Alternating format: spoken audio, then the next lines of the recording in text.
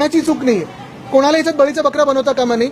चूक आहे ती फक्त भाजपच्या निर्णयाची आहे आणि ती दुरुस्त व्हावी आणि माफी मागावी भाजपने, ही आमची मागणी आहे. जेएम पोर्टलचा जेव्हा प्रस्ताव आला होता ते म्हटले होते की शाळा सुरू होताच आम्ही सर्व वस्तू दिल्या जातील असं त्यांनी सांगितलं होतं, पण आता 2 महिने झालेत.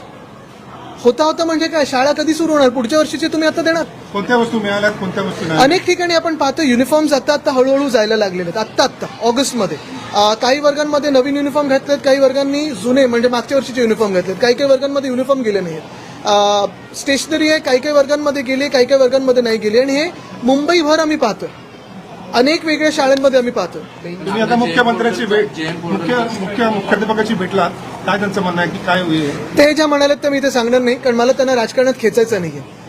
पण त्यांचं सगळ्यांचं आपण पाहतो मेहनतीमुळेच मुंबई महानगरपालिकेची शाळा आतापर्यंत जो स्तर गाठू शकलेले आहेत, मग 5% असेल वगैरे, हे त्यांच्यामुळे सगळ्यांमुळे. मुंबई भाजप अध्यक्ष महापौर असं म्हणतात की त्या पोर्टलवरूनच खरेदी केली जाणार, जेणेकरून भ्रष्टाचार होणार नाही. त्याच्यामुळे वेळ लागला तरी त्या पोर्टल वेळ लागला म्हणजे काय, पास झाल्यानंतर तुम्ही त्यांना 5वीतली पुस्तकं देणार?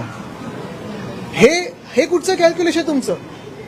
नशीब आता मिसिंग लिंक सारखं सांगितलं नाही की आता पुस्तकं आम्ही हॉलंडमधून आणतोय, हे जर्मनीमधून आणतोय, छत्र्या आम्ही फ्रान्समधून आणतोय. नशीब तेवढं तरी खोटं बोललं नाहीत, पण एवढं तर सगळ्यांना दिसतंय, स्वच्छपणे दिसतंय की अजूनही वर्गांमध्ये ज्या गोष्टी जायला पाहिजेत त्या गेलेल्या नाहीयेत. आदित्यजी, राज्यातल्या देखील शाळांची परिस्थिती काही फारशी ठीक नाहीये. अभिजित दिपते यांच्या माध्यमातून आता 15 ऑगस्टपासून राज्यातल्या देखील ज्या प्राथमिक शाळा आहे याचा दर्जा सुधारावा यासाठी नवं आंदोलन आहे. नक्कीच. आणि आपल्याला परवाच आपल्याच माध्यमातून ते व्हिज्युअल पाहिलं, कर्जत इथे त्या लहान मुलींनी स्वतः सोशल मीडियावर येऊन त्यांनी ती कंप्लेंट केली होती. मग आपण तो विषय घेतला. आता थोडं डागडुजीचं काम सुरू झालंय.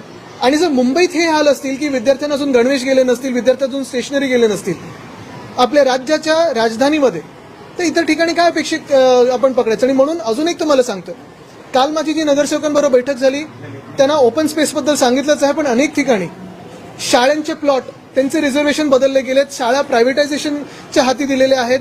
अनेक ठिकाणी आपण पाहतोय असेच गणवेश वगैरे दिले नाहीयेत. सगळ्यांना मी सांगितलेलं आहे की आपण कोणाचाही वॉर्ड असो, प्रत्येक शाळेत जाऊन तिकडच्या प्रिन्सिपलशी संवाद साधावा आणि काय तिथे कमी आहे तिथे पूर्तता करावी. कारण आमचं सरकार असताना आम्ही ते करायचो. सातत्याने आमची जी एक कमिटी बनवली होती त्याच्यात वेगळ्या एनजीओज होत्या, स्वतः त्या समितीचे अध्यक्ष असायचे. हे सगळे लोक या आपण प्रिन्सिपल्स आणि टीचर्स बरोबर डायरेक्ट संवाद साधायचो आपण. मुंबई महानगरपालिकेकडून या शाळा ज्या आहेत त्या सुधारल्या जात होत्या, मात्र आता कुठेतरी खाजगी या शाळा कुठेतरी करण्याचा घाट घातला जातोय. नक्कीच सगळं काही खासगी करायचंच चाललंय ना, मुख्यमंत्र्यांच्या डोळ्यासमोरच आहे.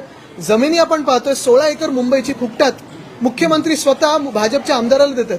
फुटबॉलचं ग्राउंड आता दुसरे एक बँड्रामधलं, म्हणजे मला कळत नाही बँड्रामधल्या लोकप्रतिनिधींना 1-2 नगरसेवक आणि खासदार सोडले तर जे मुख्य लोकप्रतिनिधी आहेत त्यांना का वाटत नाही की तिकडच्या मोकळ्या जागा वाचाव्या? आता आज रेक्लेमेशनचं पण मला वाटतं तिकडचं ओपन स्पेस चाललंय कोणाच्या तरी हाती. होते ते स्वच्छ करण्यासाठी आधी महानगरपालिका चांगली कसरत करायची, मात्र आता याच्यावर काल पण मी आणि परवा पण डिटेल उत्तर दिलेलं आहे.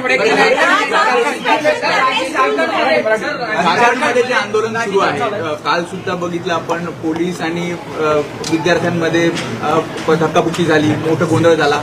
काय वाटतं या सगळ्यामध्ये? कारण काय वाटतं म्हणजे एक भूमिका तर स्पष्ट आहेच, कुठच्याही शांततापूर्व आंदोलकांवर लाठीचार्ज किंवा असं काही होऊ नये आणि त्याचा आम्ही विरोध तर करतोच.